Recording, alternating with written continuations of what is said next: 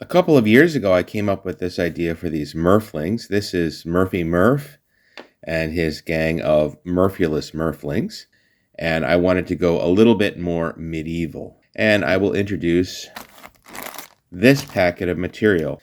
This is the basing material.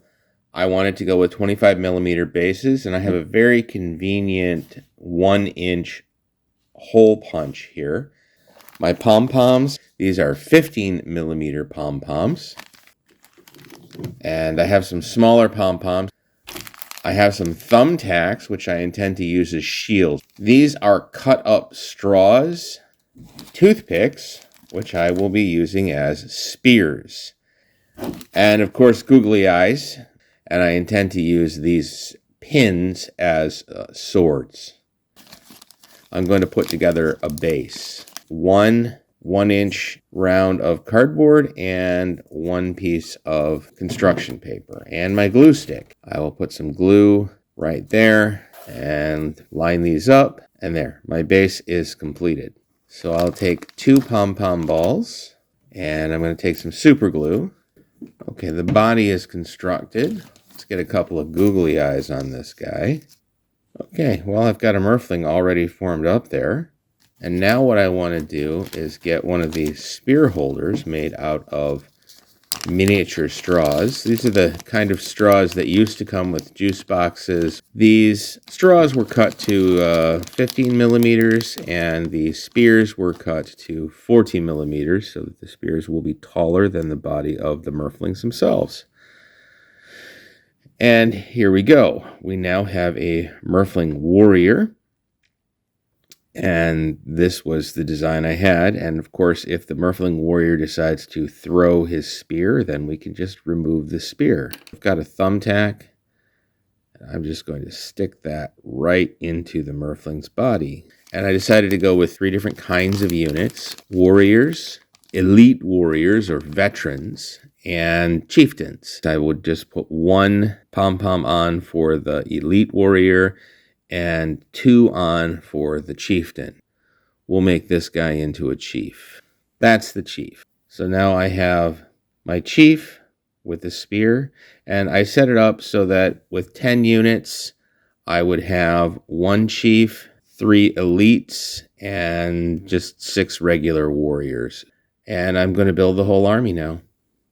I have built the armies. What we need, of course, is a rule set. I want to take advantage of the way that these are built. The spears can be thrown, the shields can come off. So I want to use D6, a D6 system, and a maximum of 3 dice per side.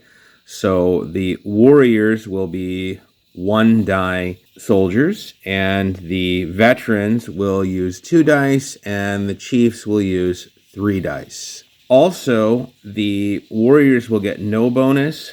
The veterans will get a +1 bonus on every roll, and the chiefs will get a +2 bonus on every roll. Let's take a look at combat. First of all, these are spears, so they're not appropriate weapons for base-to-base combat. Units within 2 inches of one another can fight. 2 inches, these are 1 die units, and they would roll off. The red one rolls a 2.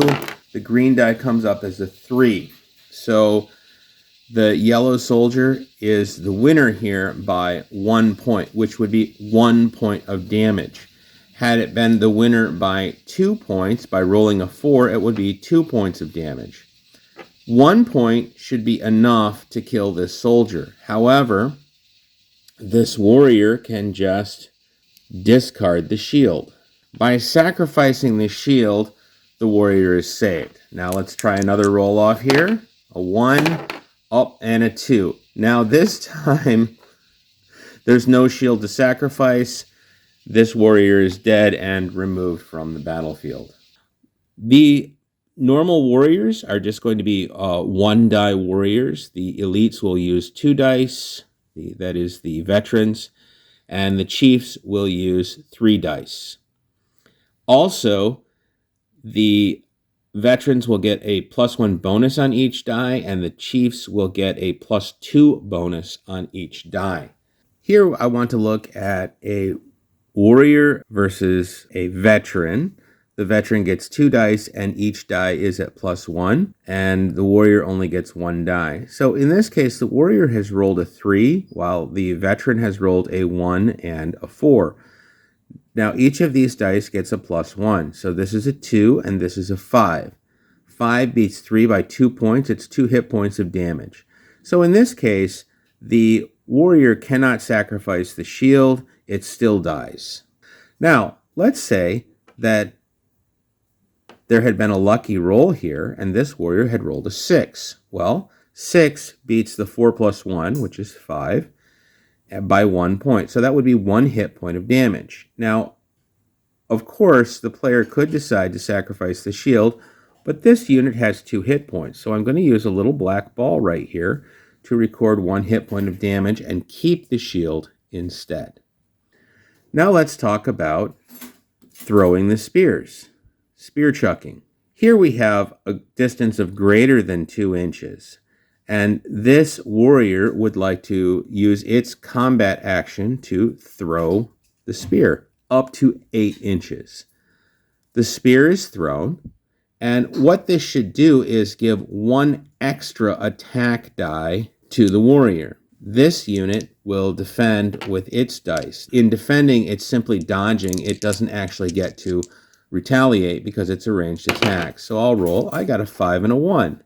And with this roll, 6 and a 1. 6 plus 1 is 7. The spear misses.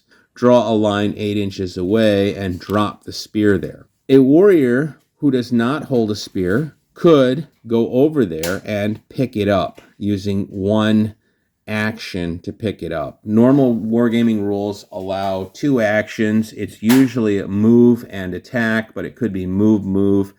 And I think I see no problem with attack either. So we'll allow that with our ad hoc rules set here.